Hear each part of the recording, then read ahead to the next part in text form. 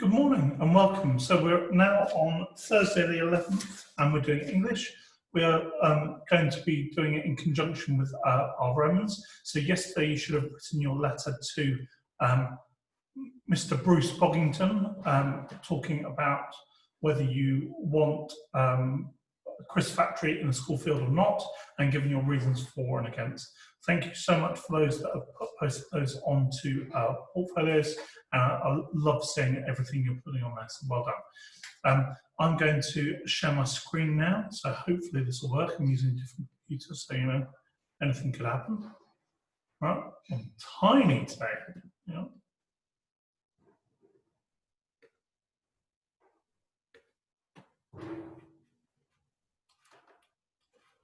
Okay, so, oh, that wasn't planned. Obviously, you can see the skills of my different computer. There we go. So, we are, done that on that one. Goodness me.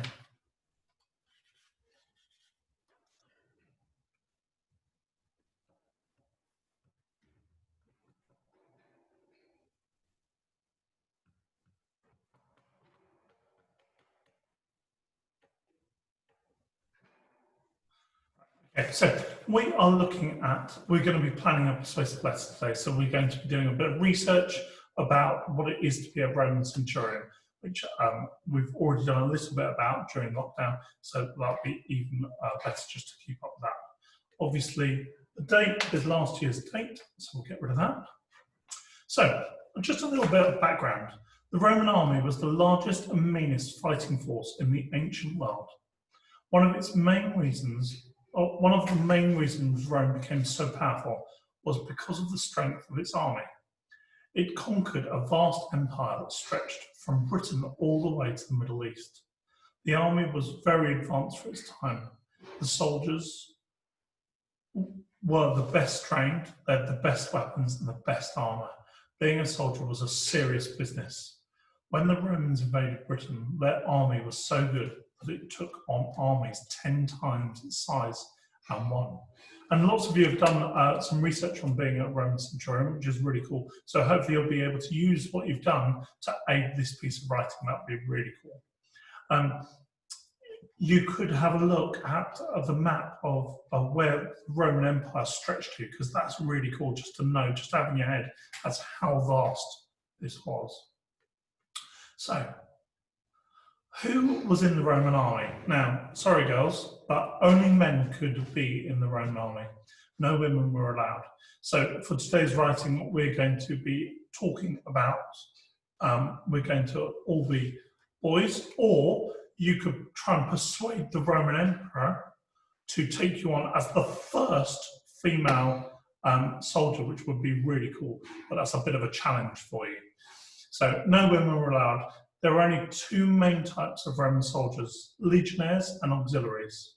The legionnaires were the elite, the very best soldiers. A legionnaire had to be over 17 years old, so we're going to be pretending we're over 17, and a Roman citizen. So guess what? We're pretending we're Roman citizens. Every new recruit had to be fighting fit. Anyone who was weak or too short was rejected. So we're going to be tall, we're going to be over 17, we're going to be a Roman citizen, and like I said, you can either pretend that you're male, or you can fight your corner as to be why you'd be the first female centurion or legionnaires or auxiliaries. So, legionnaires signed up for at least 25 years service, but if they survived their time, they were rewarded with a gift of land that they could farm. Old soldiers often retired together in military towns called colina, maybe. An auxiliary soldier was a soldier who was not a Roman citizen. He was only paid a third of a legionnaire's wage. Auxiliaries guarded forts and frontiers, but also fought in battles, often in the front lines where it was most dangerous. So it's up to you. You don't have to be from Rome, but you might want to try and convince emperor that it's a really good idea that you're a legionnaire, because they get paid a lot more. A third, 1/3, that is. That's not a lot in comparison to do exactly the same job, and sometimes the harder jobs. So, how well were the Roman army soldiers trained? The Roman soldiers were well trained fighting machines.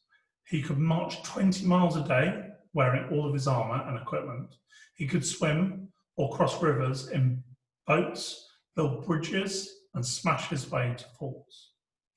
After a long day's march, Roman soldiers had to build a camp, complete with a ditch and a wall of wooden stakes. The next day, they had to do it all again. So they were constantly camping, building forts, building camps that kept them secure, and then moving on the next day. So they've got to be physically fit. A Roman soldier almost always followed orders. Anyone who didn't face tough punishments, if you fell asleep on duty, you could be sentenced to death. So you have really strong willpower as well, and growth mindset, I suppose. But you follow those orders and you do what is right. Soldiers weren't always at war. They spent most of their time training for battle. They practiced fighting in formation and man-to-man. Legionnaires also patrolled their conquered territories and built roads, forts, and aqueducts. Aqueducts, if you remember, is a bridge which carried water. So if you remember in your research into what the Romans did for us, that topic that Friday that we did, all of those things were built by legionnaires who weren't fighting. So they took over territories and actually made them better. So it took quite a lot to be a Roman centurion. Now, let's watch a short video to find out more. So I've put that link, because again, the links, or shall we check this link? Keep your fingers crossed. Sing, Jack, sing. Consistency in Sunday. Hi, I'm Peter. And I'm Amy. We're here at Housestead's Roman Fort in Northumberland To meet Marcus the Legionary.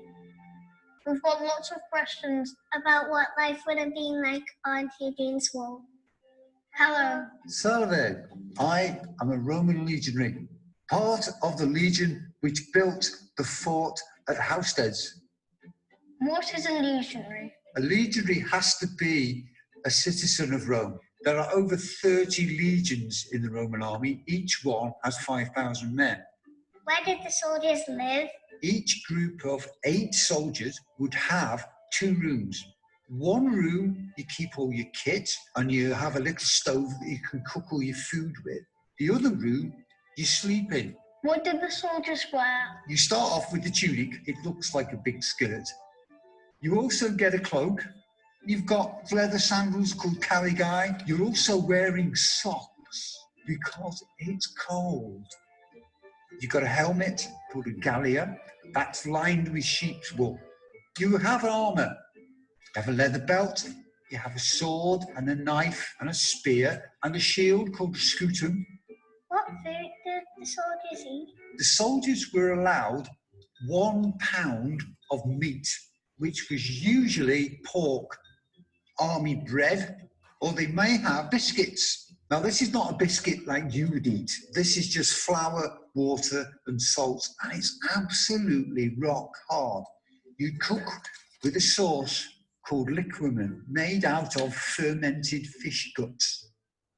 Where would Roman soldiers go for the toilet? There's a special toilet in each fort. There's one here in Housestead's fort. There would be benches with holes in it, and underneath the benches there would be water flowing. And what you do when you're finished, you wipe your bum with one of these, and then you put it back in the bucket for the next person to use. Did they ever have doctors or nurses at Housestead? Well, there is a hospital here, and the treatment they had was very, very good. What language would the people speak? They would have to learn Latin because that was the language the army spoke. The soldiers would speak all kinds of languages, because they would have come from all kinds of places, all over the Roman Empire.